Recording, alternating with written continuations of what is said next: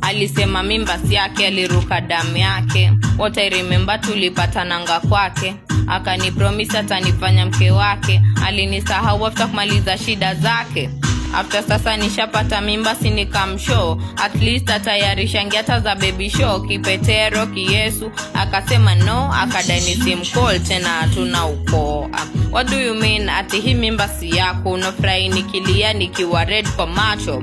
Unakumbuka siku nilikuwa kwako, sai unaniruka ati hii si damu yako. Seriously nishakuwa single mom, you remember ukinishow baby come don't come. Bidini yangu inasema kuchita ram. What the fuck, kumbe ata love ni scam. Ka ukijua mi sezi toa ball, ulidai siku call kweli sitai kukol. Sikuwe dream jue baby unanishow, unanipea stress akibebe stop. Okay, it's fine. Let me accept. In the rest of your life, I wish you all the best. Nitafanya shit yangu na sitai kutress. Are you happy now? If yes, sema yes. Umenifunza life, sitakuwa lazy. I will fight some kid some crazy. Ati ni abort, bro, you must be crazy. Akiuliza buda ken makosa kumshwali daddy.